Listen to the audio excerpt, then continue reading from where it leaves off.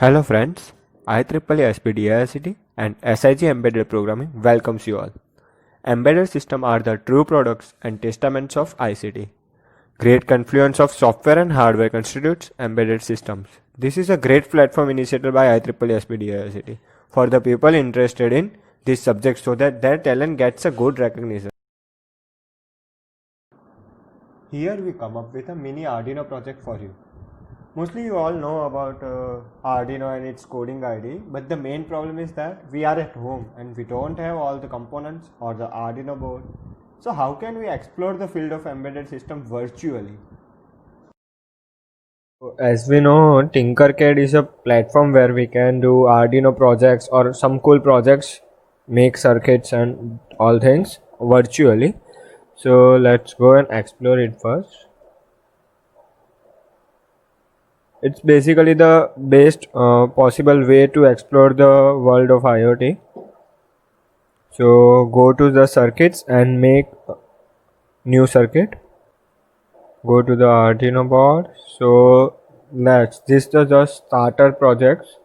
So we can learn how this platform works. So first of all, click here and bring it. This is just a blinking project. We all know about it. Yeah, click to the side. So if you want to see the code, you can.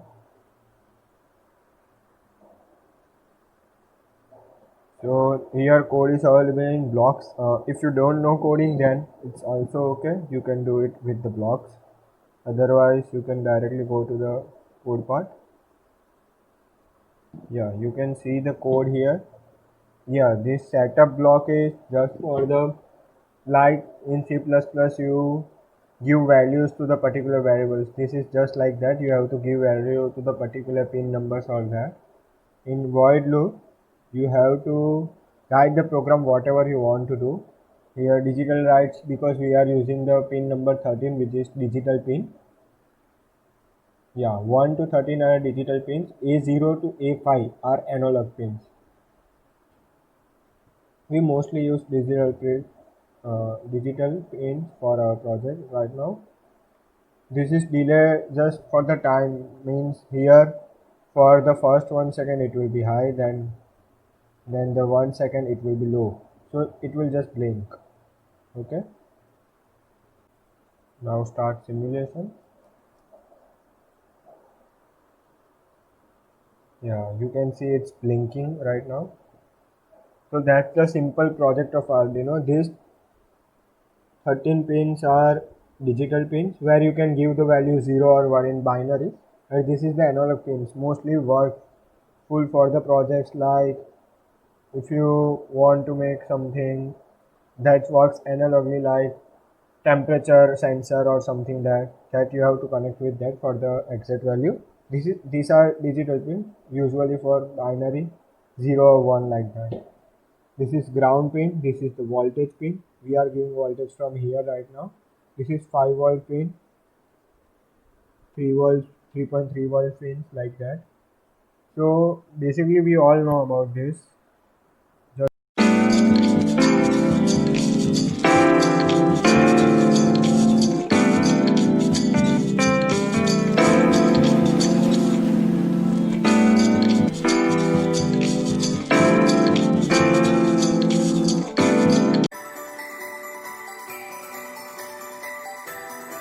So as we saw the project, we list out all the components first of all.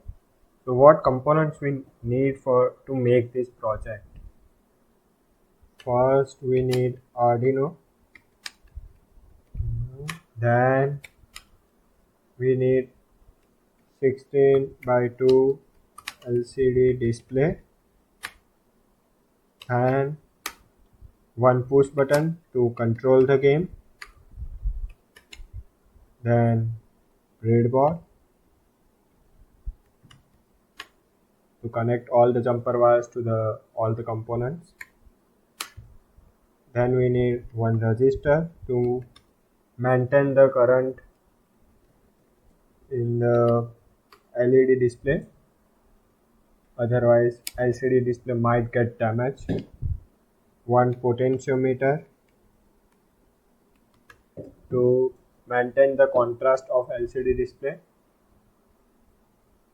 These are all the components we needed, and of course some jumper wires. Yeah, these are all the components we needed.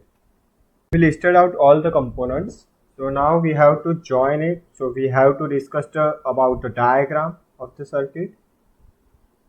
Here first see the code. We have used liquid crystal.h library because we are going to use LCD display. This is just the library for its functions.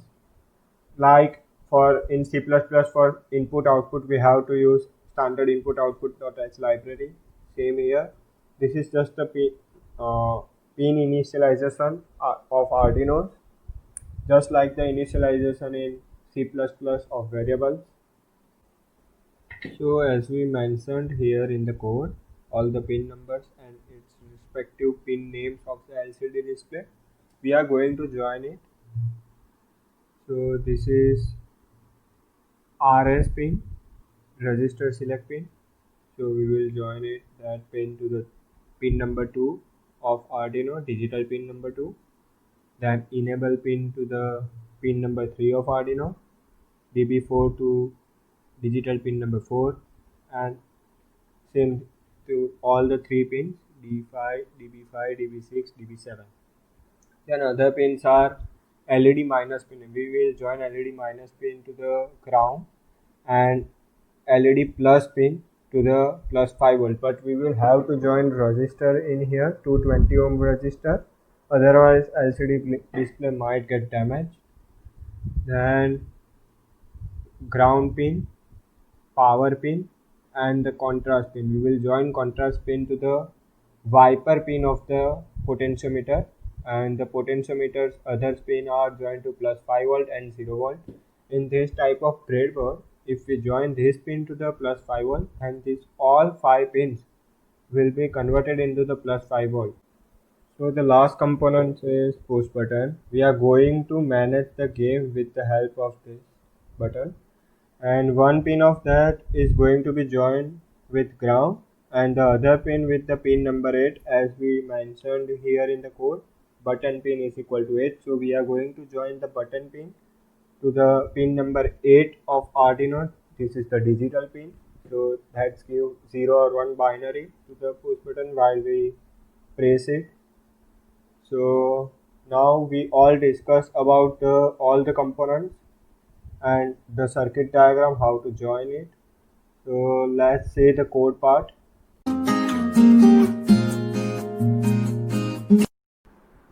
So now let's move on to the code part. We already had seen this part. These are some variables. We will talk about it later when it comes into the use. First of all, talk about this variable position. So for the there are two lines in the LCD display. So for the upper line we will use it as 0, and for the lower line we will use it as 1. Speed, for the timing control we are going to use one more variable for that, one more function you can say. These are the obstacle strings for a project.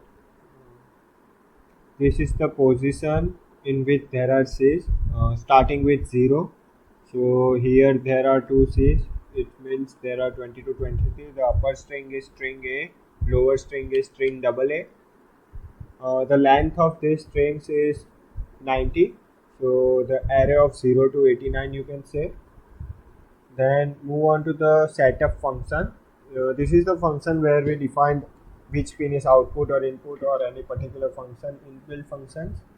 So here attach interrupt is the inbuilt function that are going to use for solving the timing problem.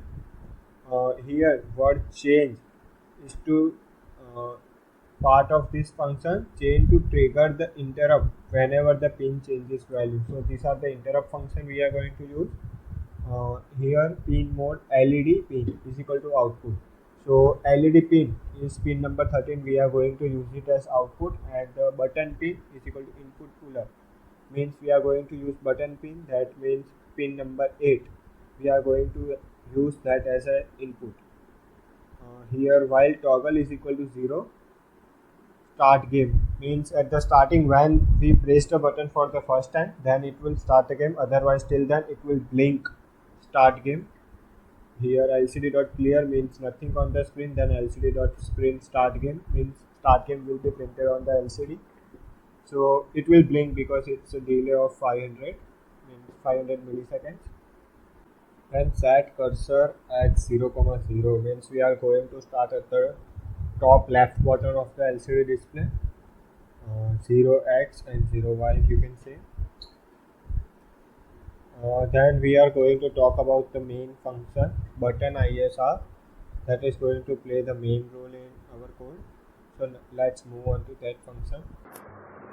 Let's say button ISR function, which is a part of digital pin to interrupt functions attribute. First of all, we make flag is equal to 1 as per next if condition it is required, and here milis minus previous greater than temporary. So milis is a time controlling function and the previous is last stored time. That difference has to be greater than 20 for our code, otherwise it will not go to this if conditions loop. After entering the loop, first store milis into previous.